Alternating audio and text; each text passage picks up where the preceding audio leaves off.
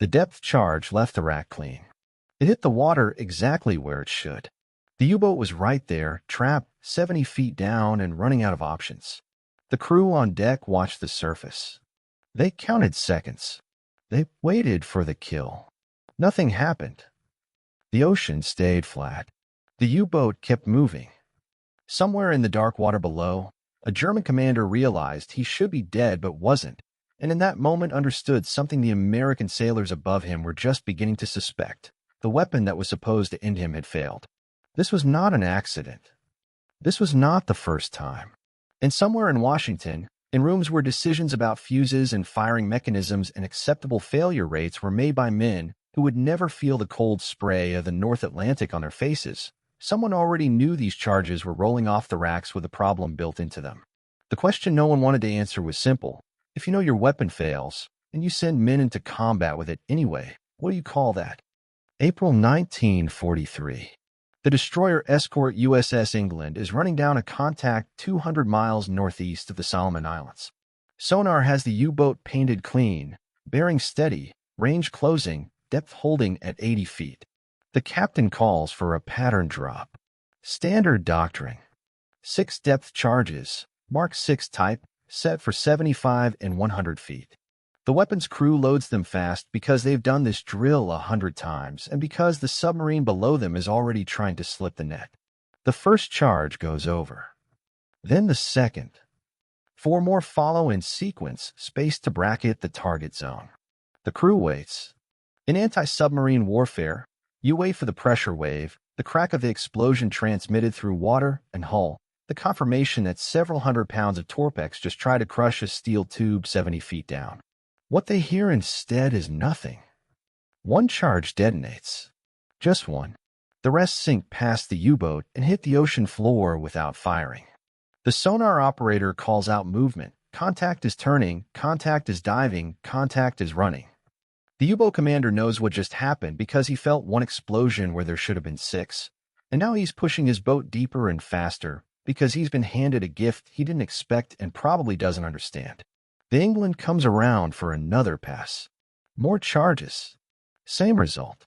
2 detonations out of 6. The U-boat escapes. Later, in the wardroom, the captain writes the incident into the log and tries to explain to his executive officer how a textbook approach turned into a textbook failure. They check the depth charge inventory. Nothing looks wrong. The fuses are standard Navy issue. The charges were stored correctly. The settings were verified before the drop. Everything was done exactly the way it was supposed to be done, and the weapon failed anyway. The crew doesn't talk about it much after that because what are you supposed to say when the thing you've been trained to trust just let a killer slip away? But they think about it. Every man on that ship thinks about it the next time they roll charges off the stern. They think about it because doubt is corrosive and now it's living in their heads, whispering that maybe the next time they need this weapon to work, it won't, and maybe the next U-boat won't miss when it fires back. The Mark 6 depth charge was supposed to be simple, reliable, and deadly. You set the depth. You dropped it. It sank at a known rate. When it reached the depth you set, a hydrostatic fuse triggered the detonator, and 300 pounds of high explosive turned a column of water into a crushing fist that could crack a submarine's hull from 30 feet away. That was the theory.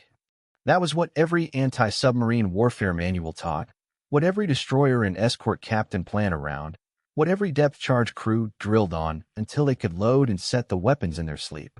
The Navy had been refining this system since World War I. By 1942, depth charges were the primary killer of enemy submarines. Sonar found them. Depth charges killed them. The doctrine was clean. Locate the target, establish firing solution, drop a pattern that bracketed the submarine's probable position, and wait for the hull to implode. The Mark 6 was rated effective to 300 feet. It could be set in 25-foot increments. The fuse mechanism was tested. The explosive was stable. The weapon had been in service for years. When a destroyer captain ordered a depth charge attack, he expected the charges to detonate at the set depth. When a sonar operator called out a contact, the crew expected their response to work. When a sailor loaded a charge onto the rack and watched it roll into the water, he expected that weapon to do what it was designed to do. The entire anti-submarine warfare strategy of the United States Navy rested on that expectation. Convoys counted on it. Hunter-killer groups plan around it. Submarines hunting submarines trusted it. The system worked because the weapon worked, and if the weapon didn't work, then none of it worked. But no one in the fleet was supposed to question that. The depth charge was Navy standard. It had killed U-boats in the Atlantic. It had killed submarines in the Pacific. It was the tool you used because it was the only tool you had, and the Navy told you it was good. So when the charges failed, when they sank past their set depth and hit the bottom without firing, or fired early, or didn't fire at all, it created a gap between what was supposed to happen and what actually happened. And that gap was where men died. Because a U-boat that should be dead isn't dead. Because a convoy that should be safe isn't safe. Because a crew that did everything right still lost the fight. The England incident wasn't isolated. 3 months earlier, the USS Bory engaged U-405 in the North Atlantic during a convoy escort run. The destroyer dropped 18 depth charges in 3 separate attacks. 5 detonated. 13 didn't. The U-boat survived long enough to surface and fight a running gun battle that ended with the Bory ramming the submarine in desperation. Both vessels were lost. Men died in that fight who shouldn't have needed to fight at all because the depth charges should have ended it clean and fast 70 feet down. But they didn't. 2 weeks after the England's failed attack, the submarine chaser SC-692 tracked a contact off the coast of New Guinea and dropped a full pattern of 8 charges set for 60 feet. The sonar readings showed the target holding steady at 55 feet. Perfect setup. The charges went over. 2 exploded. 6 sank without firing. The contact escaped. The SC-692's commander filed a report that went into a folder with a dozen others just like it, all describing the same problem. Depth charges that wouldn't fire, fuses that wouldn't trigger, weapons that were supposed to be reliable turning into dead weight the moment they hit the water.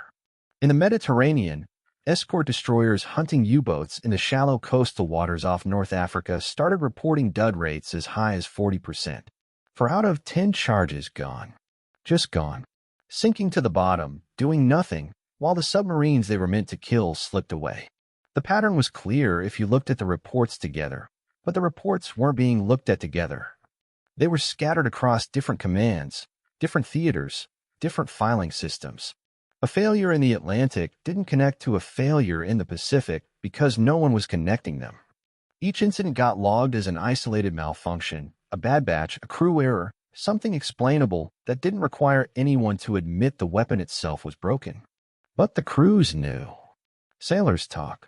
Destroyer captains compare notes in port. Sonar operators trade stories. And what they were hearing over and over was that the Mark VI depth charge was failing at a rate that couldn't be explained away as bad luck or improper handling. This wasn't one bad fuse. This wasn't one crew making a mistake. This was the same weapon failing the same way in different oceans against different targets under different conditions, and the only common factor was the weapon itself. The Bureau of Ordnance had test data on the Mark VI fuse dating back to early 1942. Pre-war trials at the Naval Torpedo Station in Newport had flagged sensitivity issues with a hydrostatic mechanism, specifically that the fuse could fail to trigger if the depth charge entered the water at certain angles or if the descent rate varied outside a narrow range. The report recommended design modifications. It suggested additional testing. It warned that field conditions would amplify the problem because combat drops were rarely clean, rarely controlled, and rarely happened in calm water. The report went into circulation in Washington. It was read. It was filed. Nothing changed. By mid-1942, frontline commanders were sending their own warnings up the chain. Destroyer captains wrote letters describing dud rates that didn't match peacetime test results. Escort group leaders requested investigations into fuse reliability. One commander off Iceland sent a formal complaint noting that his ship had dropped 47 depth charges over a 3-month period and observed detonation in fewer than half. He asked for an explanation. He asked for replacement fuses. He asked if other ships were experiencing the same failures. The response he received told him to verify proper depth settings and ensure his crew was following loading procedures. The response did not mention that the Bureau of Ordnance already knew the fuse was unreliable. It did not mention that tests had shown failure rates climbing when charges were dropped in rough seas or from moving platforms or at angles that deviated from laboratory conditions. It did not mention that fixing the problem would require halting production, redesigning the fuse, and admitting that thousands of depth charges already in the fleet were compromised. So the charges kept rolling off the assembly lines. They kept getting loaded onto ships. They kept getting dropped on U-boats. And they kept failing. The warnings didn't stop. They accumulated. Reports stacked up in bureau files describing the same malfunction in different words: premature detonation, delayed detonation, no detonation, fuse failure, dud charges. Some reports included recommendations. Some included angry questions about why a weapon this critical was being allowed to fail this often. None of them changed policy. Because changing policy meant admitting the policy was wrong, and admitting the policy was wrong meant acknowledging that men had been sent into combat with defective weapons and acknowledging that open doors no one in Washington wanted opened. The men on the destroyer escorts and submarine chasers didn't see the reports. They didn't know about the test data or the Bureau memos or the warnings that had been written and ignored. What they knew was simpler and worse. They knew that when they dropped a depth charge, they couldn't be certain it would explode. That uncertainty changed everything. A sonar operator tracking a U-boat couldn't trust that the weapons officer's solution would end the hunt.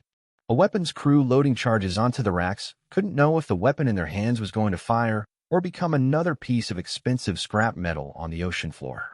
A captain making the call to attack had to factor in the possibility that his depth charges would fail, which meant he had to get closer, drop more charges, expose his ship longer, and give the submarine more time to slip away or fire back.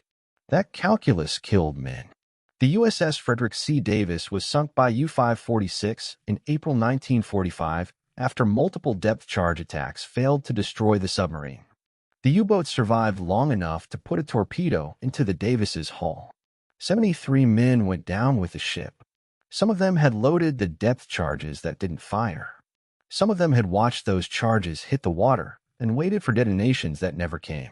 They died knowing their weapons had failed them, and they died not knowing why.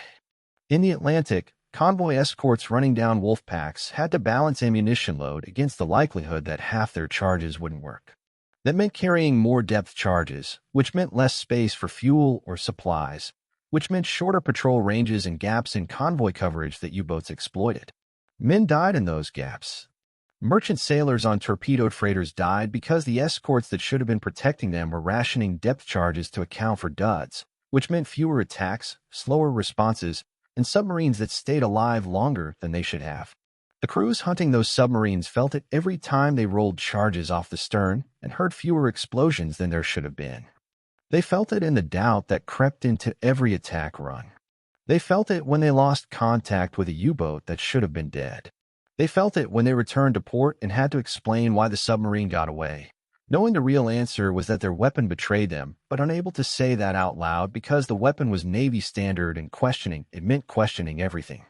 Some of them wrote letters home that never mentioned the depth charges, but hinted at a frustration their families couldn't quite understand. Some of them kept quiet and did their jobs and tried not to think about what it meant that the thing they relied on to keep them alive was unreliable. And some of them died before they could figure out how to live with that knowledge. The Mark VI depth charge remained in service through the end of the war. The fuse was eventually redesigned, but not until 1944, and not before thousands of the faulty charges had been dropped on targets that survived when they shouldn't have. No one was ever held accountable for the decision to keep production running after the problems were known. No investigation was launched. No official explanation was issued to the fleet. The reports stayed in their folders. The test data stayed in the bureau files. The warnings stayed ignored. And when the war ended and the after-action reviews were written and the weapons systems were evaluated, the depth charge failures were mentioned in footnotes, treated as a minor technical issue that had been resolved through routine engineering improvements, nothing more. The men who had fought with faulty charges didn't get footnotes.